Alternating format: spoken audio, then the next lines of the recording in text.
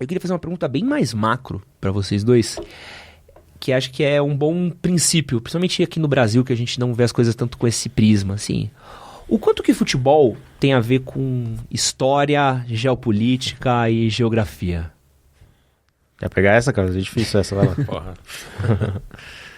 Tem 100% a ver, né? O futebol A gente já começa pela origem do futebol, que é um fruto exatamente da época na qual ele surge de maneira organizada, com as regras modernas, que é totalmente uma influência desse momento de revolução industrial e etc. que a gente vivia do período histórico. E ele vai se transformando e vai se moldando de acordo com a própria história, com os tempos passando.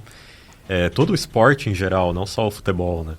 Tudo é sempre relacionado com história, com geopolítica. E o futebol é uma manifestação cultural da época que ele está inserido. Não tem como você desassociar as coisas. Futebol e nenhuma outra coisa existe em um vácuo. E tem uma coisa específica social do futebol, né? Você falou que todos os esportes dá pra entrar nisso, mas especificamente do futebol, que é esse lance dessa versão moderna do futebol, com essas regras, né? Ser criadas, assim, né, dentro de universidades britânicas, um negócio muito de elite, né? Que não era todo mundo que tinha acesso. E ter virado o esporte mais popular do mundo, assim, as pessoas terem começado a realmente... Né, o pessoal pobre começou a jogar, o operário e tal, né, se jogava ali nos intervalos das fábricas, etc.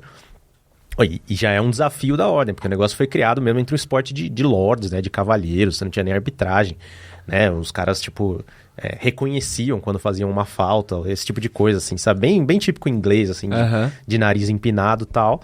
E virou esse negócio do povão, assim, né? Hoje em dia, claro que foi um processo, né? Mas, assim, tem uma transformação social que foi basicamente puxada ali por esse esporte, né? Então, é uma coisa que eu acho que é bem interessante e que é difícil você desassociar do futebol, né? E, no mais, assim, pelo menos, cada pessoa gosta de futebol, acho, por alguma razão, né? Tem gente que vai achar legal as camisas, tem gente que vai estudar a moda no futebol, etc. E no nosso caso, acho que a gente sempre foi uma janela pro mundo mesmo, assim, né? E aí, pra quem gosta disso, assim, pra quem gosta de história, de geografia, esse tipo de coisa, é um prato cheio, porque você vê muita coisa que, às vezes, levaria uma aula de 2 horas pra explicar, e ali, você vê ali, nos 15 minutos de um jogo, você tem isso meio resumido, assim, né?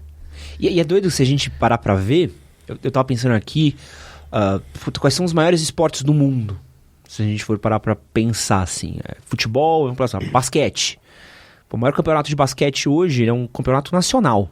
No máximo ali é time canadense contra norte-americano nos Estados Unidos, né? Estadunidenses.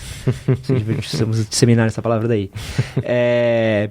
Pegar a própria NFL, se pegar talvez rugby, você ainda consegue ter um campeonato um pouquinho mais grande, abrangente de países, mas do jeito que o futebol Incrivelmente, você vai ter o cricket, né?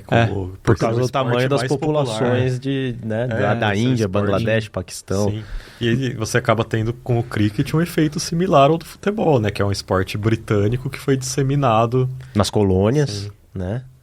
Mas acho que do jeito que o futebol se a gente parar pra pensar que a gente tem um campeonato nacional, a gente tem rivalidades, pensar no Brasil, a gente tem rivalidades municipais dentro de São Paulo, da cidade de São Paulo. Sim. A gente tem rivalidade, estaduais. Sim. A gente tem rivalidades do país, a gente tem rivalidades continentais. Então, pegar aí a de rivalidade Palmeiras e Boca, aí depois pegar de seleções, Brasil e Argentina, e a gente tem rivalidades mundiais.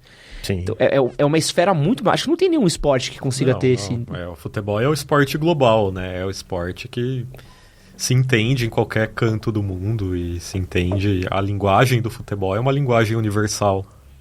E acho que quando a gente entra numa esfera, por exemplo, União Soviética, quando teve a dissolução da União Soviética e com as próprias rivalidades dos times dentro, geram clássicos que a gente acompanha até hoje, né? Sim, em vários países, né? Na Iugoslávia, tipo assim, não chegamos a ter clássicos, né, pós-dissolução da Iugoslávia, mas você tinha ali o time dos croatas, né, o time dos sérvios, o time que representava o nacionalismo daquela região, né, que depois viraram países.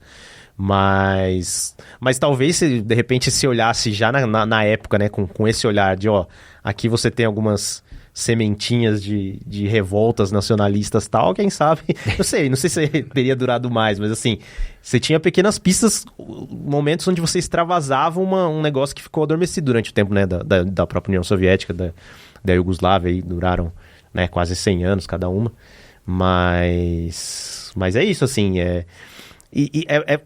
acho que é esse o apelo que o futebol talvez tenha, que não se vê em todos os esportes, pelo menos, que é de você entregar para um grupo de atletas, um clube, uma associação ali, o poder de te representar, né? Tipo assim, não, vocês representam, sei lá, a comunidade italiana de São Paulo, como, né, o Palmeiras, no caso, né?